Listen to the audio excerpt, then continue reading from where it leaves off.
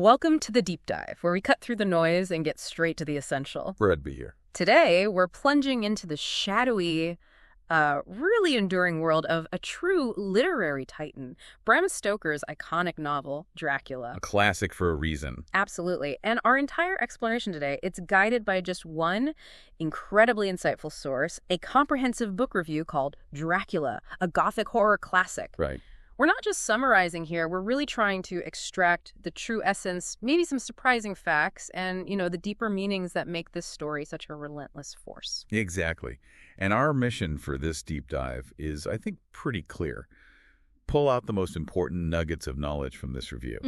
We want to understand why Dracula has remained such a potent cultural force, and maybe uncover the deeper insights that still resonate, even today. Okay, so before we really plunge headfirst into the Gothic gloom of Dracula's castle, let's quickly set the stage, just the bare bones of this classic. Good idea. What our source immediately highlights is its genre, Gothic horror. Chilling stuff.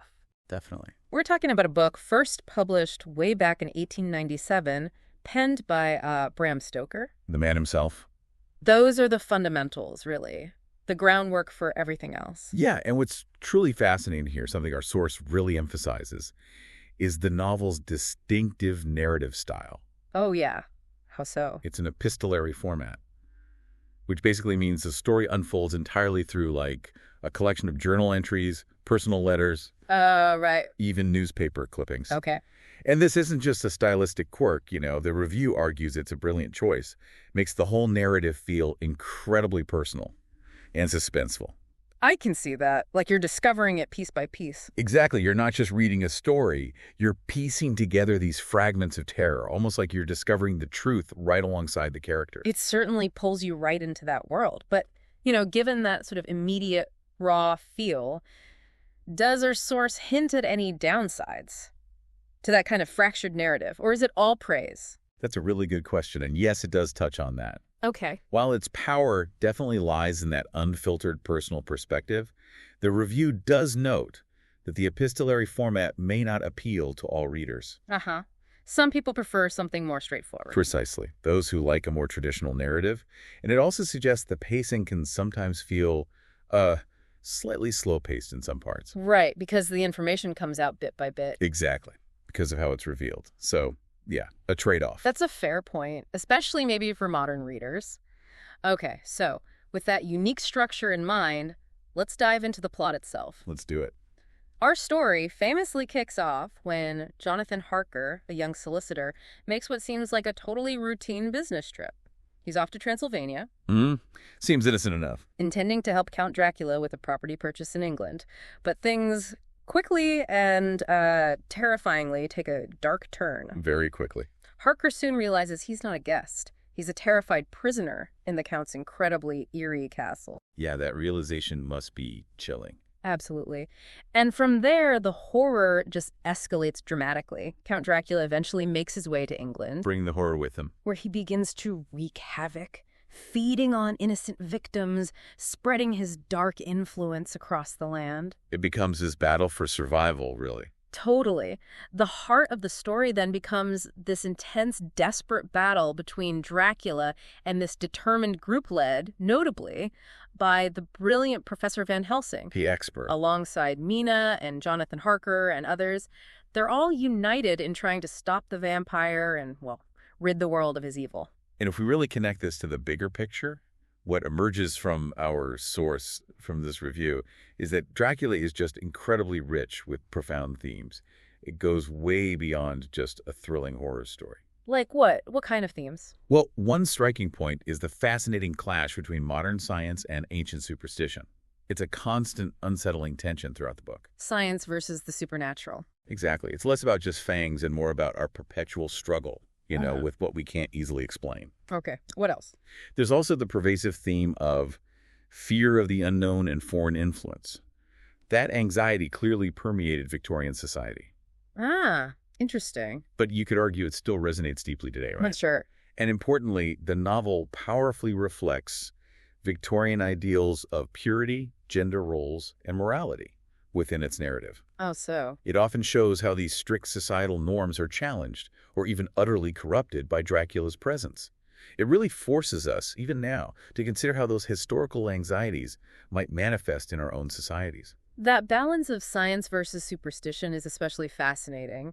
Did the review offer any specific examples of that tension, maybe a character or a moment that really brings it to life? Yeah. It actually highlights Van Helsing's character particularly well in that regard. Okay, the professor. Right.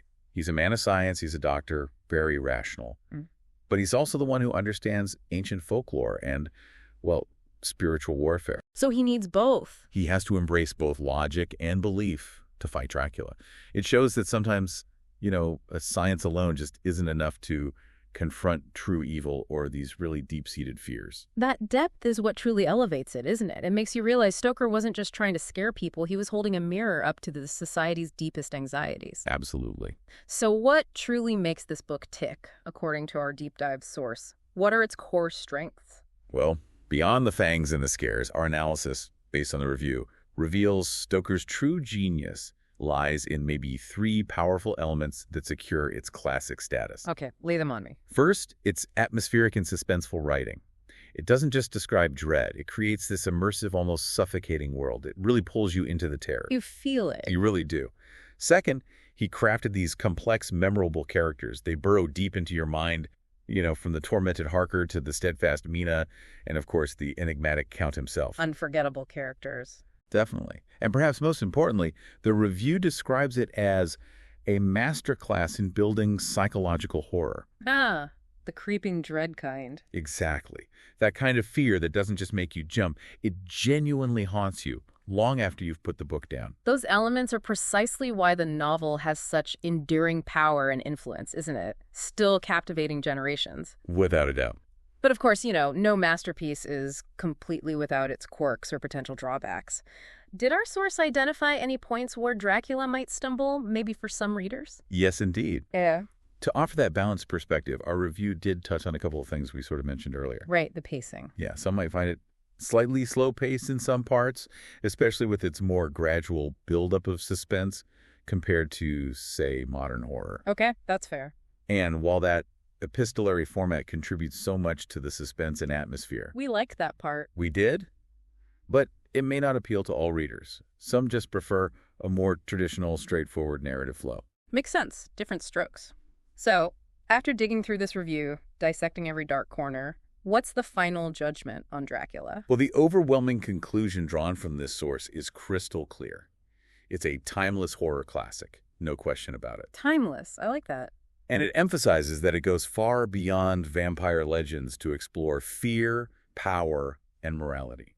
That makes it far more than just a scary story. More substance? Absolutely. It's unequivocally labeled a must-read for fans of Gothic fiction and those interested in the roots of modern horror. High praise. And did they give it a rating? They did. To put a number on it, our deep dive confirms the review gives it a stellar 4.5 out of 5 stars. Wow, 4.5. That's pretty definitive. It really is. So, what does this all mean for you, the listener? I think this deep dive really confirms that Dracula is far more than just a chilling tale of the undead. Much more. It's a profound exploration of societal fears. Fear of the unknown, fear of foreign influence, fear of challenging established norms.